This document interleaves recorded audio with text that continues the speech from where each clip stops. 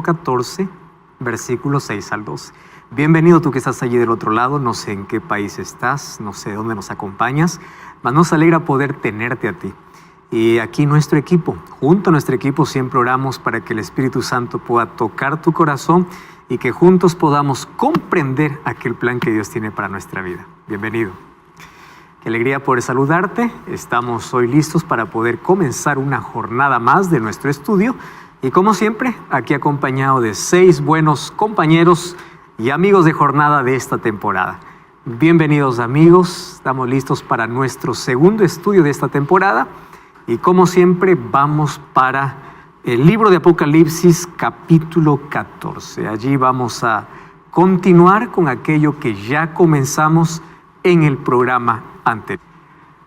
Abrimos la Biblia en Apocalipsis 14 y antes hacemos una oración. Oramos.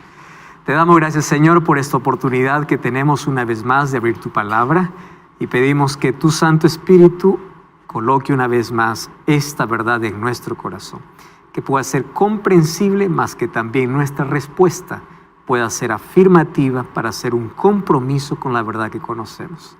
Pedimos tu dirección en el nombre de Jesús. Amén.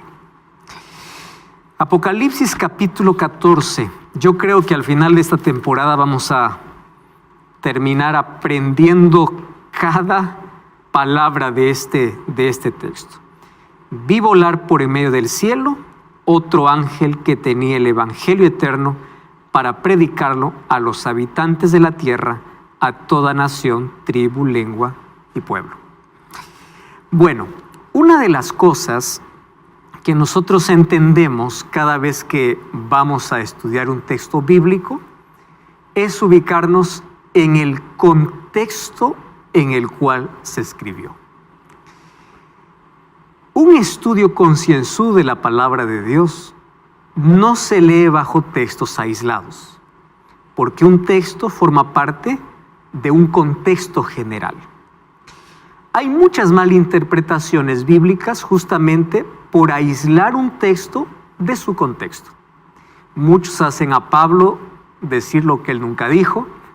Muchos hacen decir a Jesús cosas que él nunca dijo porque apenas sacan una palabra, un versículo fuera de su contexto. Lo que hoy popularmente se hace en internet, ¿verdad? En este tiempo donde todo es grabado, hay personas que de un mensaje completo agarran un minuto.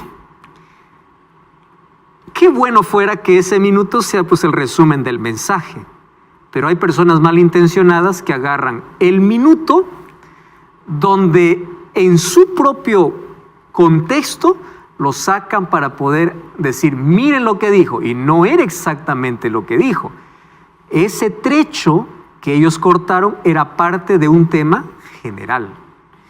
Obviamente que hay varias personas que agarran partes específicas donde el mensaje se entiende, pero hay otras personas que cortan una parte donde está dentro de un contexto mayor para hacer decir lo que nunca dijo. Eso es parte hoy del día a día. Pero es triste cuando eso también se lo lleva a la Biblia, ¿no? Pablo está hablando, por ejemplo, para la iglesia de Galacia, la carta a los Gálatas, y habla acerca de un tema específico, y hay muchos que agarran el libro de Gálatas y dicen aquí Pablo está condenando la ley de Dios, aquí cuando Pablo está tratando un tema. Cuando Pablo habla a los corintios está tocando un tema general. Bajo ese tema general vienen los textos que tienen que ser analizados.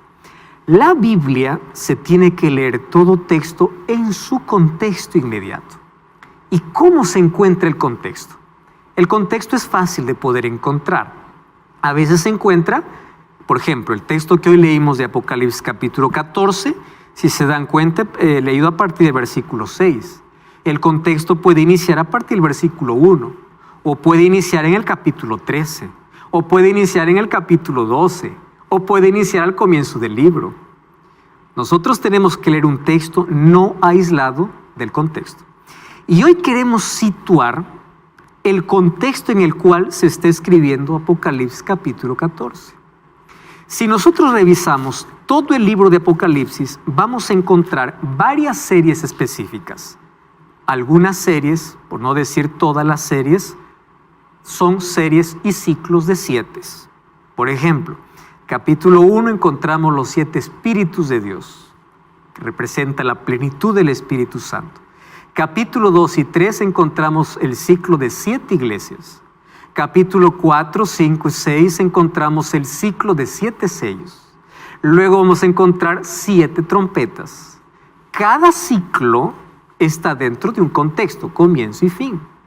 Solo que cuando llegamos al capítulo 12 del libro de Apocalipsis, hay un paréntesis, y a esto se le llama, dentro de un estudio ya teológico, se le denomina el quiasmo. ¿Qué cosa es el quiasmo? El centro, es la cumbre, es la cima, es el centro, la razón por la cual se escribe el libro. Y Apocalipsis capítulo 12, 13 y 14 forma parte de ese centro. Como me gustaría tener aquí el tiempo suficiente para poder mostrar la relación que hay entre los capítulos 1 y 21, capítulo 2 y 20, y para llegar al centro del libro encontramos el capítulo 12, capítulo 13 y capítulo 14 como el centro, es la razón por la cual se escribe. ¿Y cómo comienza el capítulo 12? Vamos al capítulo 12 para poder situar el mensaje de los 3 ángeles. Apocalipsis capítulo 12 comienza con una revelación o señal distinta. Dice el capítulo 12 que aparece en el cielo una gran señal. Una mujer vestida de sol con la luna debajo de sus pies y sobre su cabeza una corona de 2 estrellas. Fíjense la cantidad de características que coloca para esta mujer. Por otro lado, vayan al versículo 3. También otra señal apareció en el cielo, un gran dragón escarlata, que tenía 7 cabezas y 10 cuernos, y en sus cabezas 7 diademas, o diademas significa coronas también. Su cola arrastró la tercera parte de las estrellas del cielo y las arrojó sobre la tierra. Y este dragón se paró frente a la mujer que estaba para dar a luz a fin de devorar a su hijo tan pronto como naciera. Lo importante de las profecías es que ellas no nos dejan sin luz para poder interpretar según nuestro capricho. Es fácil identificar de quién está hablando. Si vamos al capítulo 12, versículo 7, allí dice, hubo una guerra en el cielo, Miguel y sus ángeles luchaban contra el dragón, y luchaba el dragón y sus ángeles. Pero no prevalecieron y se halló lugar en el cielo y fue lanzado fuera el dragón, la serpiente antigua que se llama Diablo y Satanás. O sea, el dragón que se para frente a la mujer, el mismo capítulo dice, ¿quién es? Satanás, es el diablo. Mas aquí aparece con ciertas características, ¿no? 7 cabezas, la palabra cabeza en la Biblia representa reino. Y cuando dice que aparece con 7 cabezas, en la historia encontramos 7 reinos que persiguieron siempre al pueblo de Dios. Comenzando por Egipto, que oprimió al pueblo de Israel por más de 400 años. Luego vamos a Siria, luego vamos a Babilonia, luego vamos a Medo-Persia, Grecia. Luego vamos a Roma, Roma dividida en 2 fases, la Roma imperial y luego la Roma religiosa, que también persigue al pueblo de Dios. O sea, esas 7 cabezas representan 7 imperios o 7 reinos que persiguen. Solo que ahora aparece este dragón, Satanás, frente a una mujer que está por dar a luz un hijo.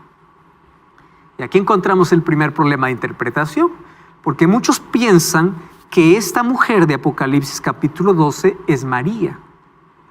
Y aunque María trajo a Jesús, ¿verdad? Eso lo conocemos según los evangelios.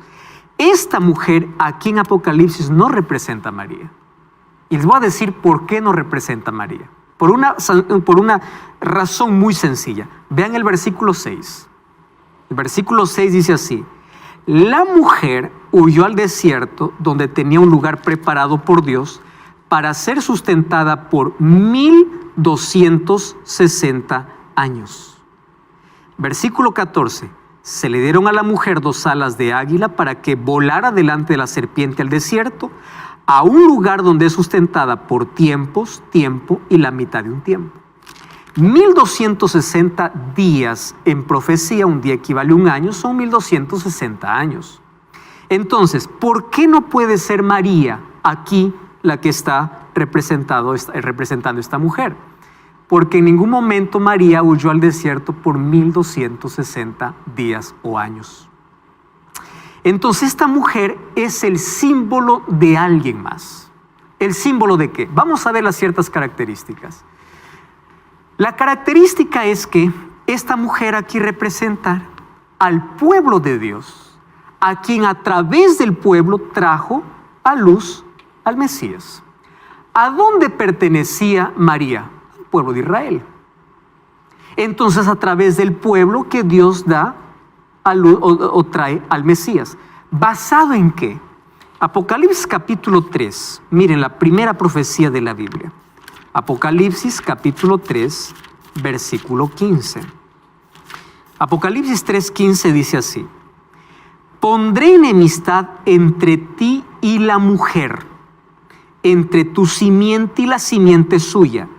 Esta te herirá en la cabeza y tú le herirás en el calcañar. Y aquí viene la pregunta importante. ¿De qué mujer está hablando aquí en Apocalipsis 3? No está hablando para comenzar de Eva. Aquí apenas está trayendo un juicio y esperanza para Adán y Eva después del pecado. Cuando dice, pondré enemistad entre ti y la mujer, aquí Dios ya está colocando símbolos. Esa serpiente, ¿a quién representaría? A Satanás. Y esa mujer, ¿a quién representaría? Al pueblo de Dios. Del pueblo de Dios saldría una simiente. ¿Dónde nace esa simiente, ese pueblo? Por eso es que Dios llama ¿a quién? A Abraham. ¿Para qué? Para ser el padre de un pueblo. Y después de Abraham, ¿quién viene? Isaac. Y después de Isaac, ¿quién viene? Jacob. Y después de Jacob, ¿quién viene? Las 12 tribus de Israel. Y de las 12 tribus de Israel, ¿quién viene? Ahí está María, que forma parte de una de las tribus. Y a través del pueblo, ¿quién nace? El Mesías. Ahora, mucha atención aquí. Satanás siempre intentó frustrar o quebrar los planes de Dios. Ustedes sabían que cuando Eva da luz a Caín, Eva dice así: este es el hijo por el cual el Señor me da, o le da un significado de este es el Señor. ¿Qué cosa estaba pensando Eva? Que Caín podría ser el Salvador, pero Caín no era. Luego se dieron cuenta en la obediencia que cada uno de ellos tiene, uno para ser fiel a Dios y el otro para ser desobediente. Caín mata ¿a quién? A Abel. ¿Por qué lo mata? Simplemente porque Dios se agradó de la ofrenda que Abel había dado. Pero detrás de la muerte de Abel está Satanás. ¿Por qué razón? Porque Satanás creía que por medio de Abel vendría el Mesías. Porque Dios se agradó de Abel. Por eso es que Caín mató ¿a quién? A Abel. Por eso es que el pueblo de Israel siempre tuvo problemas de idolatría. Siempre tuvo problemas de esclavitud. Detrás de eso, ¿quién estaba? Satanás, llevándolo al pueblo a la rebeldía contra Dios, para que luego puedan ser esclavos. ¿Cuál era la intención de Satanás? Que no venga el Mesías. Todo lo que nosotros vemos en el Antiguo Testamento que pasó con el pueblo de Israel era el plan de Satanás para impedir la llegada del Mesías. Porque él conocía desde Génesis capítulo 3 que alguien saldría de la simiente que le pisaría en la cabeza. Y ese alguien, ¿quién sería? Cristo. Cuando Jesús nació allá en Belén, ¿qué cosa hizo Herodes? Mandó matar a todos los niños de 2 años abajo. Tantos niños murieron. La intención era matar niños. La intención era matar ¿a quién? A Jesús.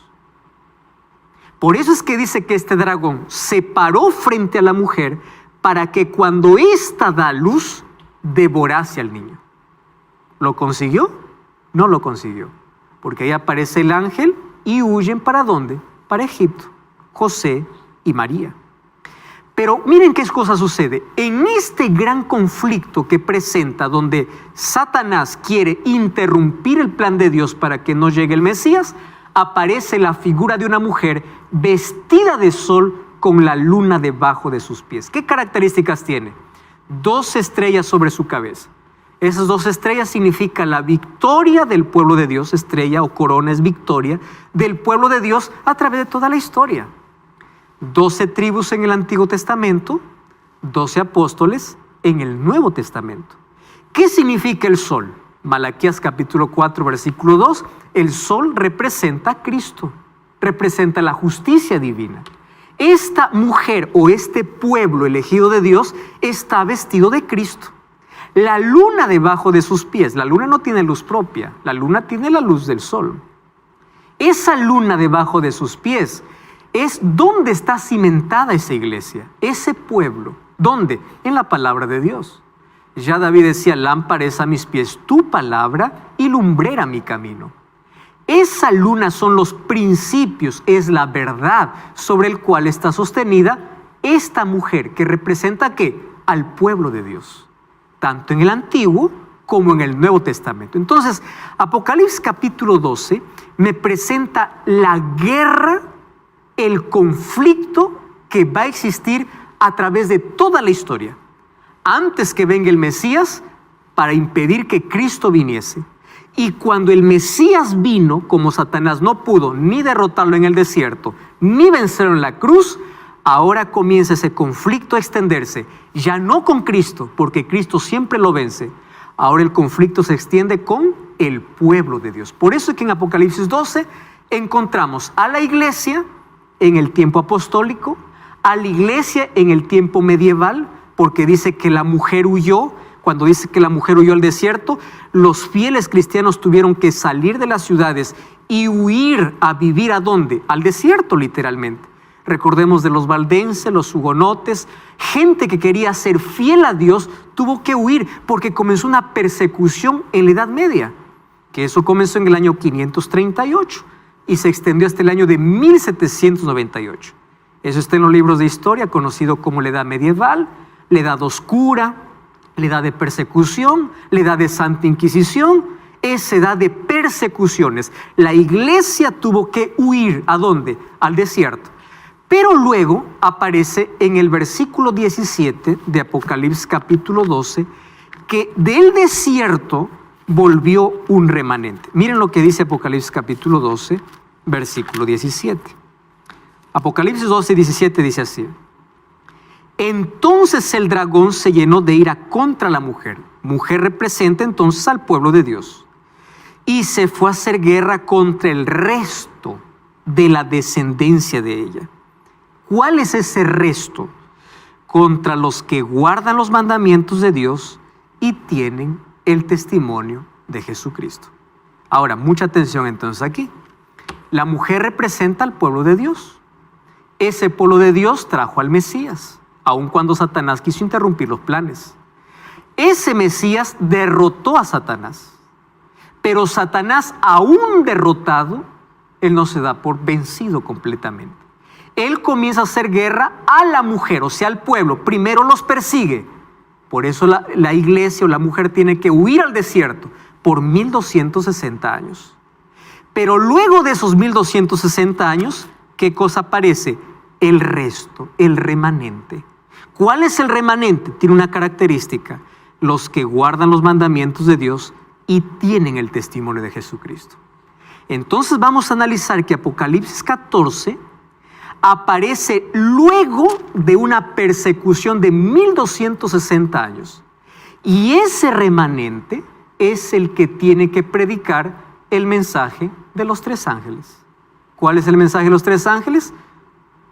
El evangelio eterno: temed a Dios y dadle gloria, la hora de su juicio ha llegado, ha caído Babilonia y cuidado con seguir a Babilonia. Entonces, ese remanente que viene del desierto de Apocalipsis capítulo 12 tiene ese mensaje. El capítulo 13 de Apocalipsis habla sobre la continuidad del conflicto. Solo que el capítulo 13 hemos dedicado 2 lecciones para estudiar específicamente. No me quiero adelantar nada a eso. Aparecen aquí 2 bestias. ¿Quiénes son estas 2 bestias? Una bestia que sube del mar y una bestia que sube de la tierra. Pero ¿saben cuál es el propósito de estas dos bestias? Aliarse al dragón. ¿Quién es el dragón? Satanás. O mejor, Satanás levanta dos bestias. Solo que bestia en la profecía no es un término despectivo. Para nosotros decir bestia a alguien es insulto. Bestia en profecía representa reino o poder. Entonces, en el tiempo del fin, cuando el remanente sale del desierto para proclamar una verdad, ¿qué cosa va a levantar el dragón? Dos poderes. Un poder que sale del mar, o sea, de mucha gente, y un poder que sale de la tierra, de un lugar poco poblado. ¿Para qué? Para unir a estos dos poderes. ¿Y cuál es su intención? ¿Perseguir a quién? Al remanente. Lean el capítulo 13, versículo 10. Otra vez aparece el remanente. Dice así: si alguno lleva en cautividad, a cautividad irá. Si alguno mata a espada será muerto. Otra vez aparece: aquí está la paciencia o la perseverancia y la fe de los santos. Ese mismo texto, ¿dónde aparece? En el capítulo 12, versículo 17. ¿Qué cosa dice? Aquí está la descendencia, los que guardan los mandamientos de Dios y tienen el testimonio de Jesucristo. En el capítulo 13 aparece como los que son perseverantes y aquellos que tienen la fe en Jesús. Ahora, aparece el capítulo 14, el mensaje de los tres ángeles. ¿Qué hace entonces el mensaje de los tres ángeles? El mensaje de los tres ángeles es apenas el pueblo de Dios que se levantó, al cual se llama remanente, después de 1260 años de persecución. Dios trae nuevamente un pueblo para proclamar una verdad. Esa verdad, ¿en qué consiste? En el Evangelio eterno y Apocalipsis 14, 6 al 12.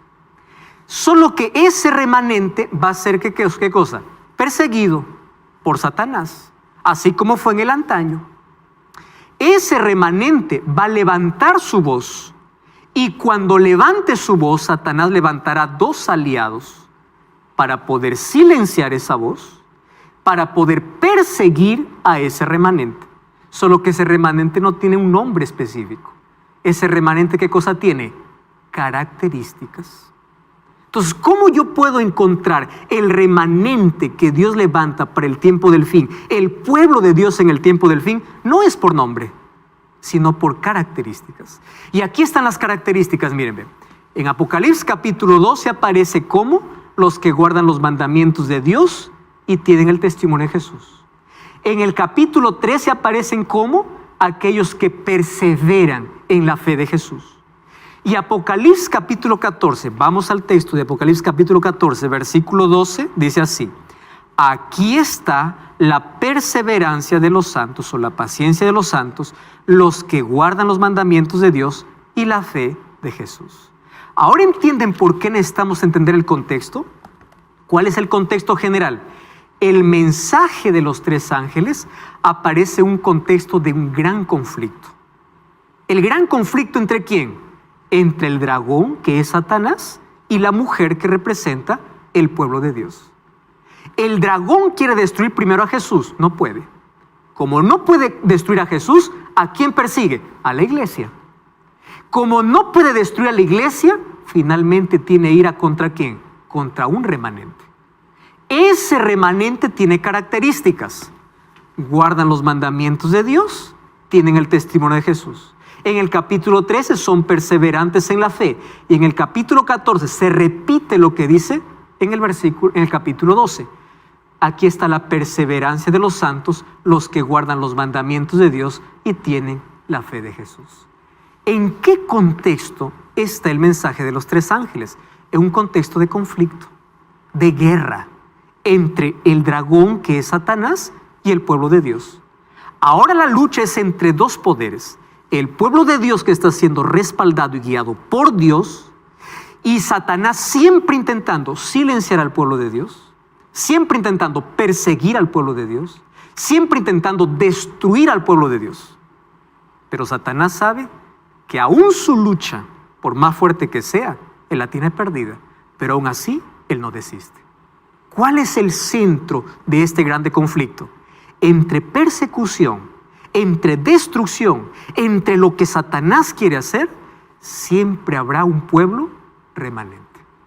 Y ese pueblo remanente se mantendrá fiel, aun cuando se levanten poderes, aun cuando haya alianzas, aun cuando haya leyes que puedan quebrar su libertad, habrá un remanente. Ese remanente, ¿cuál es? El pueblo de Dios. A ese pueblo de Dios, ¿qué cosa se le dio? El mensaje, predicar el mensaje de los 3 ángeles. Ahora, yo quiero hacer un énfasis especial. Miren, la ira del dragón no es contra todos. La ira del dragón, según Apocalipsis 12:17, es contra un pueblo que guarda los mandamientos de Dios y tiene el testimonio de Jesús. Eso vamos a ir profundizándonos un poquito más en nuestro próximo estudio. Entonces, la ira de Satanás no es contra todo aquel que dice, Señor, te adoro.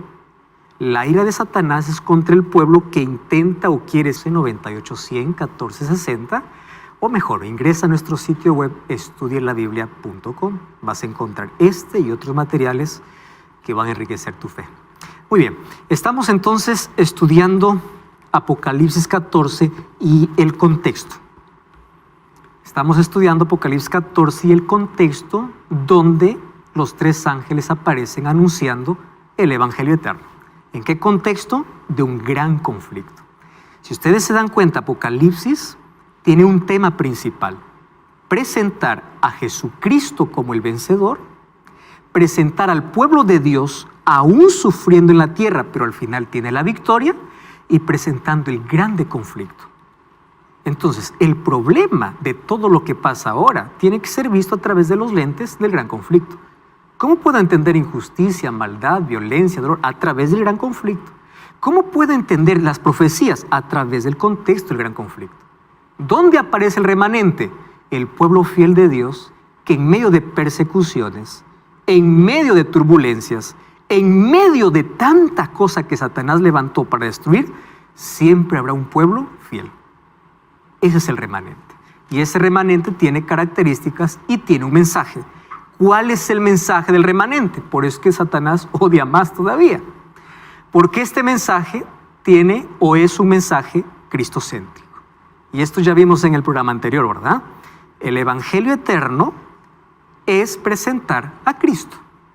Para comenzar, ¿cuál es el mensaje que tiene este remanente? Primero, presentar a Jesús. Si nosotros presentamos cualquier otro argumento sin tener a Cristo, es vacío. Es más, el libro de Apocalipsis, si nosotros leemos sin tener al Cordero, que es Cristo, Apocalipsis será un libro de terror. Pero si colocamos a Cristo en cada escena, Apocalipsis es un libro esperanzador. Ahora, el mensaje es cristocéntrico. Vamos a ver aquí 5 objetivos por el cual Dios tiene un mensaje específico en el tiempo del fin, según Apocalipsis capítulo 14. Primer objetivo, presentar quién es Jesús. ¿Cómo se presenta a Jesús? Eso es lo interesante. Miren, volvamos a Apocalipsis capítulo 14. ¿Cómo se presenta a Jesús? Muchas personas, inclusive en muchas denominaciones cristianas, se presenta a Jesús solo como el Salvador. Nada más. ¿Cuál es la predicación que en todos los púlpitos se escucha? Jesús salva. Jesús murió. Jesús salva. Punto final. Solo que la presentación de Jesús en Apocalipsis 14 es distinta. ¿Cómo se presenta a Cristo? Primero se presenta como el Creador. Miren lo que dice 14, versículo 7. Temed a Dios y dadle gloria, porque la hora de su juicio ha llegado. Adorad a aquel que hizo el cielo, la tierra, el mar. Pero ¿cómo es esto? ¿De quién está hablando? De Jesucristo mismo. Vamos a Juan capítulo 1, ¿no? Juan capítulo 1. Miren lo que dice Juan capítulo 1. Versículo 1. En el principio era el verbo, el verbo estaba con Dios y el verbo era Dios. Versículo 2.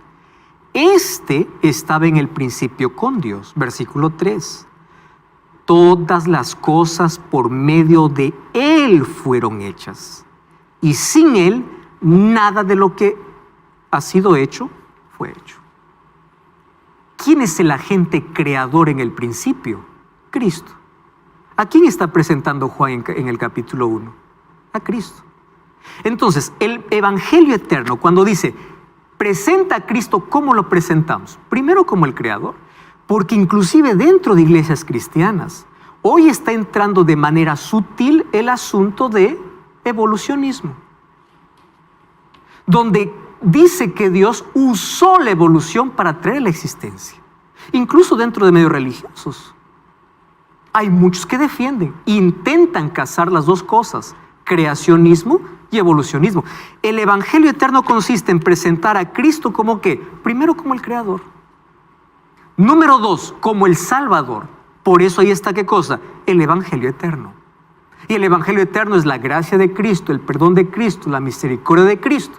Número 3, ¿cómo se presenta a Cristo? Como juez. Aquí es donde muchos fallan. ¿Por qué razón? Miren lo que dice el versículo 7.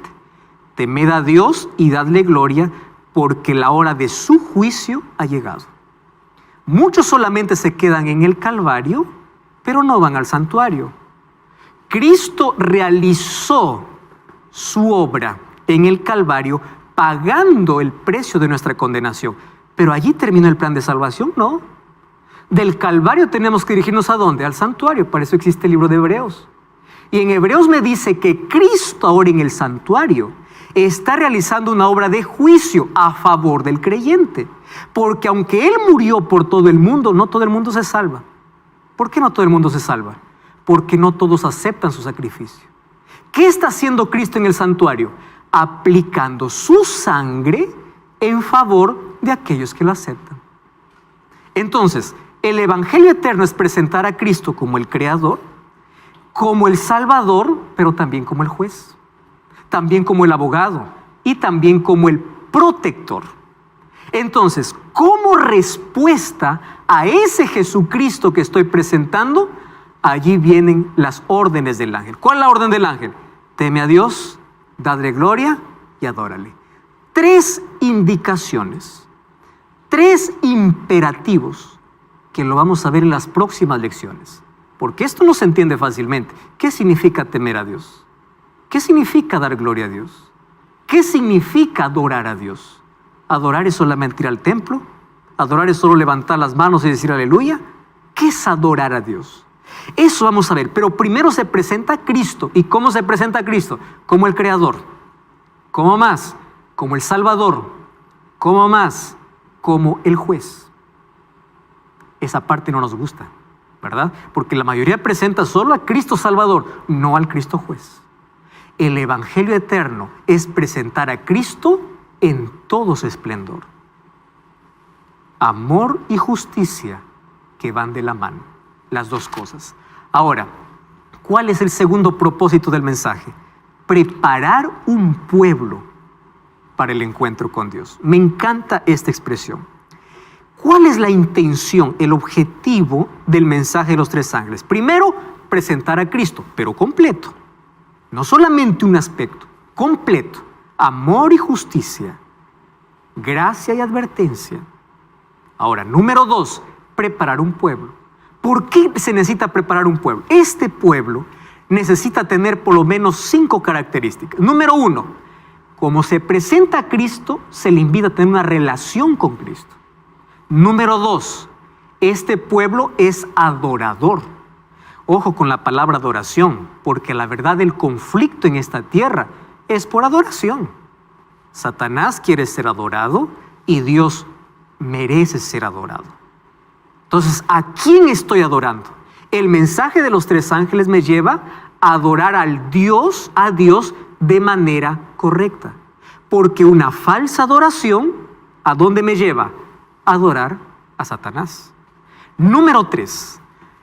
Este mensaje dice que prepara un pueblo y ese pueblo guarda los mandamientos, son fieles a la palabra de Dios y la palabra importante es que son perseverantes. Porque cuando hablo de este pueblo, no es un pueblo que comienza, sino un pueblo que continúa. Es un pueblo que conoce la verdad, permanece en la verdad. Fácil es conocer, difícil es permanecer. Dentro del cristianismo lo más difícil no es conocer la verdad, lo difícil es permanecer en la verdad. Esa permanencia necesita de perseverancia, porque en el camino tú vas a encontrar varios motivos para desistir. Pero tú vas a ser perseverante. La perseverancia es una de las cualidades del remanente. Por eso, ni todos pueden o son parte del remanente. Porque son parte del remanente aquellos que conocen la verdad, tienen la verdad, viven la verdad y permanecen, perseveran en la verdad. Por eso es que yo no puedo identificar así con nombre y apellido. Ese pueblo remanente Dios lo tiene ahora en la tierra, sí. Y ahí están las características. Adoran de manera correcta, tienen una relación con Cristo, guardan los mandamientos, son fieles a la palabra y son perseverantes. Número 3, ¿cuál es el otro objetivo? Desenmascar a Babilonia. Muy bien. ¿Por qué este mensaje es necesario para el tiempo del fin? Porque el tiempo del fin hay tanta confusión. Y la confusión se debe a una palabra, Babilonia. Babilonia viene de Babel. ¿Recuerdan ustedes qué pasó en Babel? La torre de Babel. Cuando estaban a punto de poder completar su objetivo, Dios confundió las lenguas. Uno pedía una cosa, el otro entendía otra. Hubo una confusión total. Ese término Babilonia en Apocalipsis representa una confusión religiosa. Confusión donde hoy, desde muchos púlpitos, se predica teología y filosofía. ¿Qué cosa se predica? Tradición por encima de la Biblia. ¿Qué cosa se predica? Entonces, ¿cuál es el mensaje de los 3 ángeles? Vamos a separar, vamos a desenmascarar. Esto es confusión, esto es Biblia. Esto es filosofía, esto es Biblia. Esto es tradición, esto es Biblia. En otras palabras, desenmascara cuáles son las mentiras que Satanás ha levantado para confundir a las personas. Por eso es necesario de Apocalipsis capítulo 14, porque desenmascara la confusión. Incluso hay un llamado para salir de Babilonia, no participar de su adoración y no beber su vino. Vino significa falsas creencias. Número 4, resaltar la palabra que tiene autoridad final. Este evangelio, o mejor, este mensaje de los 3 ángeles, miren qué importante. En los 6 versículos, ustedes van a encontrar 10 verdades que hoy no se predica. Cuando estoy diciendo que no se predica, no estoy diciendo que nadie lo predica. Estoy diciendo que la mayoría olvida de predicar. Y ni siquiera todas las iglesias que incluso exaltan a Dios y dicen adorar a Dios, predican. Por eso es que estos mensajes de los 3 ángeles tienen el objetivo de resaltar la palabra pura. ¿Cuáles son esas verdades? Y aquí lo vamos a ver. Número 5, revelan una identidad. ¿Cuál identidad? No todo el que me dice Señor, Señor entra al reino de los cielos, dice Jesús. Entonces hay tantos caminos, hay tantos lugares. Por aquí es más fácil llegar al cielo. Este es el pueblo de Dios. Cada día se levanta una nueva iglesia, cada día una nueva denominación. Por aquí es más fácil, por aquí es menos complicado, por ahí es más difícil. ¿Quién tiene la verdad? Entonces, el mensaje de los 3 ángeles los distingue. ¿Qué cosa está diciendo Dios? Mi pueblo tendrá un mensaje diferente. Y ese mensaje estará basado en verdades que está ¿dónde? En la palabra. Primero, presentará el evangelio eterno. ¿Quién es el evangelio? Cristo. Pero lo presentará Cristo de manera completa. Como creador, como salvador, como juez y como protector. Número 2, va a desenmascarar el engaño. No se quede en silencio mirando cómo se confunde a tanta gente que vive en la ignorancia. Número 3, esta será la identidad. ¿Cómo yo puedo identificar el pueblo de Dios en la tierra? Entonces yo voy a analizar cuál es el mensaje que predica. Porque ese mensaje está representado como el remanente del tiempo del fin en Apocalipsis 14. Esa es la identidad de este pueblo. Ahora, ¿cuáles son las verdades bíblicas que presenta este pueblo? Miren, si ustedes se dan cuenta, todas estas verdades están solo en el mensaje de los 3 ángeles. 10 verdades impopulares. Entonces, el remanente, el pueblo de Dios en el tiempo del fin, presenta a Jesucristo de manera completa. ¿Qué cosa más presenta? El engaño de Babilonia, la confusión que existe en el mundo. ¿Y qué más hace? Resalta la palabra. Y cuando resalta la palabra, según Apocalipsis capítulo 14, vemos 10 verdades. ¿Cuáles son las 10 verdades? Número 1, adoración al único Dios. Luego vamos a ver que religiones que impulsan adoración a varios dioses. Número 2, la salvación a través del Evangelio eterno, que es Jesucristo. Esta verdad es predicada, no completa, pero lo es. Número 3, el juicio. Este es un tema olvidado, pero en la Biblia es un tema recurrente. El juicio aparece desde el Antiguo hasta el Nuevo Testamento. ¿Qué cosa dice Apocalipsis 14? La hora de su juicio ha llegado. Jesús no habló en Mateo capítulo 11, en el día del juicio más tolerable será el castigo para ellos que para ustedes. ¿Acaso Jesús no dijo, por vuestras palabras seréis juzgados? Solo que el juicio es un tema que muchos tienen temor de hablar, pero es un tema bíblico. Es un tema que es una verdad bíblica olvidada. ¿Cuál es la otra verdad? El sábado. Esto lo vamos a ver en Apocalipsis 14:7, cuando habla de adorar a aquel que hizo el cielo, la tierra y el mar, que es una referencia directa al sábado. Lo vamos a ver cuando lleguemos a eso. Número 4 o número 5, la marca de la bestia. ¿Cuál es la marca de la bestia? Esa es una verdad que proclama este remanente. ¿Cuáles son los 10 mandamientos? Según Apocalipsis 14:12, porque dice que guardan los mandamientos de Dios. ¿Cuál es la fe de Jesús? Porque eso dice Apocalipsis 14:12. La creación, según Apocalipsis 14:7. La santificación, que es otro tema olvidado, y la caída de Babilonia. Estas verdades son verdades impopulares. ¿Qué significa verdades impopulares? Verdades que la gente no quiere escuchar y muchos, por perder miembros, no quieren predicar. Estuve hablando con un colega, pastor de otra denominación religiosa, y él me decía, yo entiendo este asunto. Le digo, ¿y por qué no lo predicas? Si yo hablo, pierdo gente. Porque más el énfasis está en cuánto voy a ganar que en la verdad que tengo que proclamar. Son verdades claras, específicas, que el remanente tiene que predicar.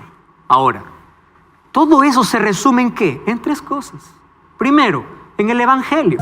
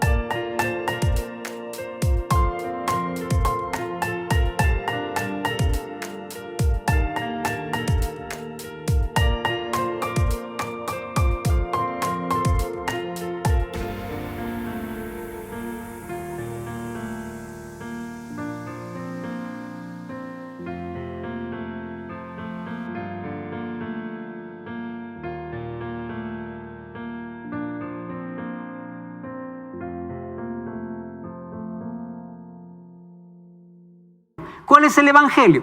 Cristo como Salvador, Cristo como intercesor. El mismo que murió en la cruz, según el libro de Hebreos, está realizando un juicio en el cielo. Entonces yo tengo que presentar a Cristo completo. Amor y justicia. Gracia viene de Dios. Y la obediencia es mi parte. A veces solamente queremos saber los beneficios, pero no los deberes. Y Apocalipsis 14 habla de las 2 partes.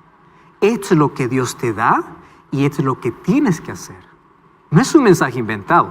¿Cuál es lo que Dios te da? El Evangelio eterno, su gracia. ¿Qué tienes que hacer?